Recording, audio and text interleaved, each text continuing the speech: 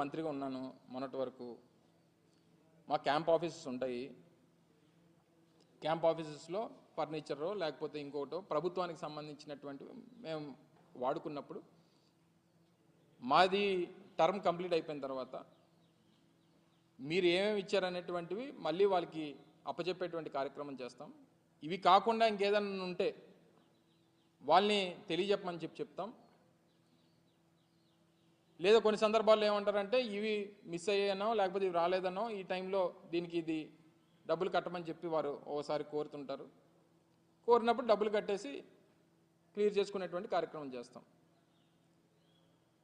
ఇప్పుడు నేను మొన్న విజయవాడలో మన క్యాంప్ ఆఫీస్ వెకేట్ చేసినప్పుడు గవర్నమెంట్కి సంబంధించినటువంటి కొంత మెటీరియల్ కంప్యూటర్స్ కానీ లేకపోతే కొన్ని అదర్ సిస్టమ్స్ కానీ ప్రింటర్స్ కానీ ఇలాంటివి ఉన్నప్పుడు జిఏడికి వాళ్ళకి ఇన్ఫామ్ చేస్తాం, లేదా కన్సర్న్ డిపార్ట్మెంట్స్కి ఇన్ఫామ్ చేస్తాం, వచ్చి దాన్ని టేక్ ఓవర్ చేసుకోమని చెప్పి మనం ఏదైతే పంచనామా కింద రాస్తామో వాళ్ళు అన్నీ రాసుకుని వెళ్ళిపోతుంటారు.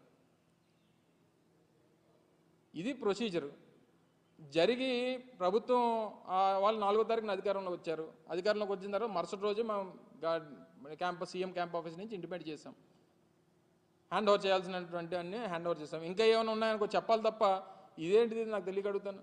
వాళ్ళు ప్రభుత్వాల్లో ఉన్నారు కదా, వాళ్ళు గతంలో పనిచేశారు. ఒక్క ఇరిగేషన్ గెస్ట్ హౌస్ ఇవన్నీ మాట్లాడుకుంటున్నాం మనం. గతంలో దేవినేని ఉమ గారు ఇరిగేషన్ మంత్రిగా ఉన్నప్పుడు విజయవాడలో 45 కోట్ల రూపాయలు పెట్టి ఇరిగేషన్ గెస్ట్ హౌస్ కట్టాడు. ఎవరి డబ్బు మరి అది? అన్నీ మనం మాటలు తవ్వుకుంటే 100 బయటపడతాయి. సో ఏదేమైనప్పటికీ ఇవి కొన్ని ప్రొసీజర్స్ ఉంటాయి, ప్రొసీజర్ ప్రకారం జరుగుతాయి. ఇప్పుడు గతంలో వాళ్ళు కోడెల శివప్రసాద్ గారితో కంపేర్ చేస్తున్నారు. అది సంవత్సరం పోయిన తర్వాత వచ్చింది బయటికి. అది ఇది మేము అధికారం పోయి కేవలం 15 రోజులు అయింది. 15 రోజులు కూడా పూర్తి కావలేదు. ప్రొసీజర్ ప్రకారం అని జరుగుతుంటే వాళ్ళు కన్సర్న్ డిపార్ట్మెంట్కి ఏమైనా ఉంటే వాళ్ళు అయితే రేట్ కడుతుంటారు, లేకపోతే మనకు ఒకళ్ళు మెటీరియల్ ఉంటే వాళ్ళు తీసుకెళ్ళిపోతారు, మనం హ్యాండ్ ఓవర్ చేసేస్తుంటాం. ఇది ప్రొసీజర్ ప్రకారం జరిగేటువంటిది. ఇంక వారికి ఏది నోట్